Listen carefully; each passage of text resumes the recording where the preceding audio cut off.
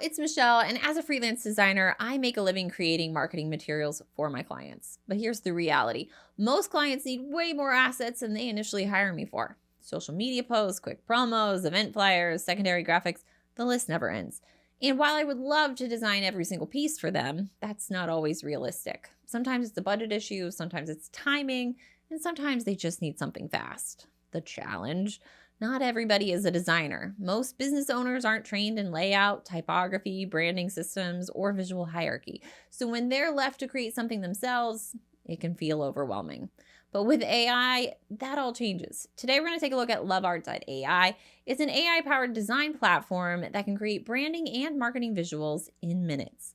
What makes Lovart unique is that it doesn't just generate random images, it understands design direction. So you can prompt it with style, mood, color palette, and layout preferences. And it produces cohesive, ready-to-use assets that actually feel intentional. It's essentially giving non-designers access to structured, polished, creative direction without needing years of design experience. So I'm going to walk you through 3 practical uses for Lovart, including creating a logo, a social media post, and an event poster. So if you're ready to see what Lovart is capable of, let's dive in. To get started with Lovart, we are going to start at the homepage. And so here we can see the place where we can input our prompt so that we can get started with our design. We also have the ability to upload any files that we want to. So if there is specific logos that we want to use or any kind of other materials that would be helpful for what we're creating, we can do that. You'll also be able to see any other projects that you have started. Those would generally show up on the bottom. Right now, we can see a bunch of examples of what other users have created. So that can help with like inspiration to spark any ideas.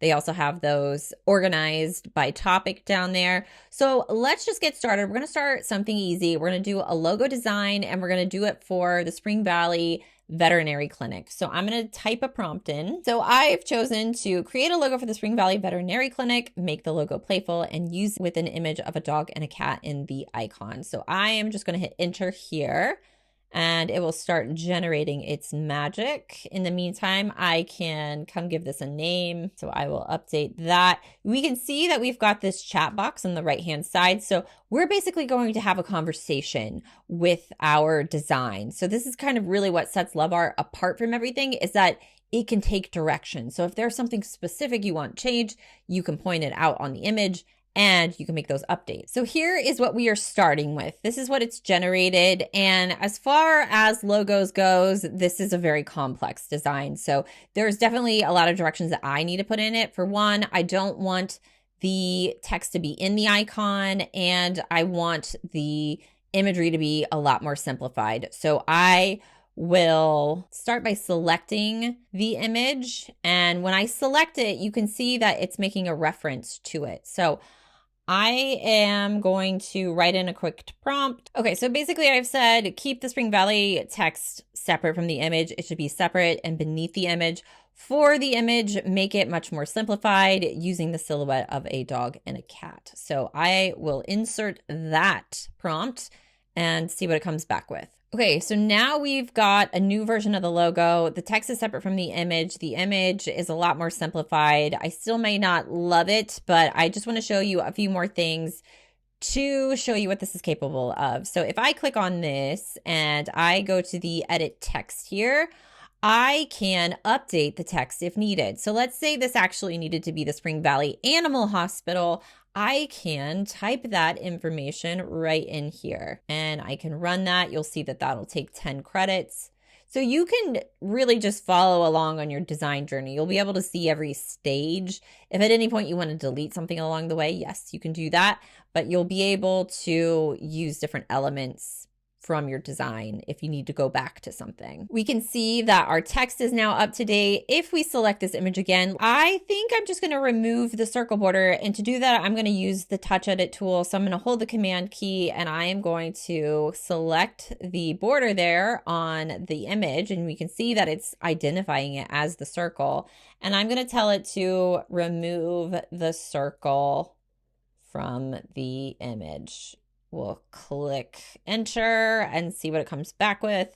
And now we can see that it has removed it. If I was super happy with this and I wanted to proceed with my logo, I mean, of course I can continue to give it direction as much as I want to. I could give it color instruction. I could ask it to update the icon further. If I like it though, I can download by just clicking this button. So then I have a file that I can use now.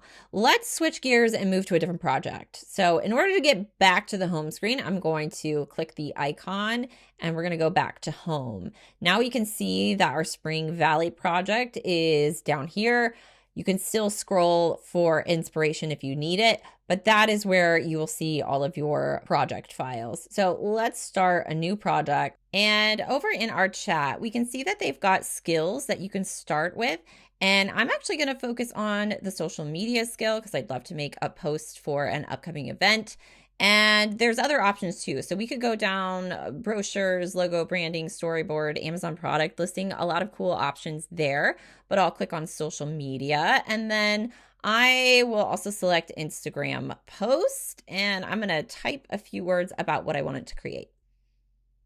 So I've told it to create a promotional image for an upcoming Easter egg hunt on Sunday, April 5th at 10 a.m. It's free to attend. Leave a blank space for a logo. So I'm going to click enter and we will see what it creates. Okay, let me zoom out here and see what we got. Okay, so we have a 4:5 ratio Instagram image. It says Easter egg hunt, Sunday, April 5th, 10 a.m. It's a free event. Love that. And then we do have our space for our logo. So I am actually loving this. There's not much adjustments that I would actually make this, but I do want to show you what is possible. One of the things that we're going to use is the touch tool. So I am on a Mac, so I'm going to hold my command key. I'm going to touch this white square. One of the things that would be really nice is my logo is wider than it is tall, so it's not necessarily square. So I want to see if I can expand that white box a little bit. So now that I have that touch edit point, so I've given it a little bit of direction there just to expand it. It should be wider than it is tall. I don't necessarily want it to be square.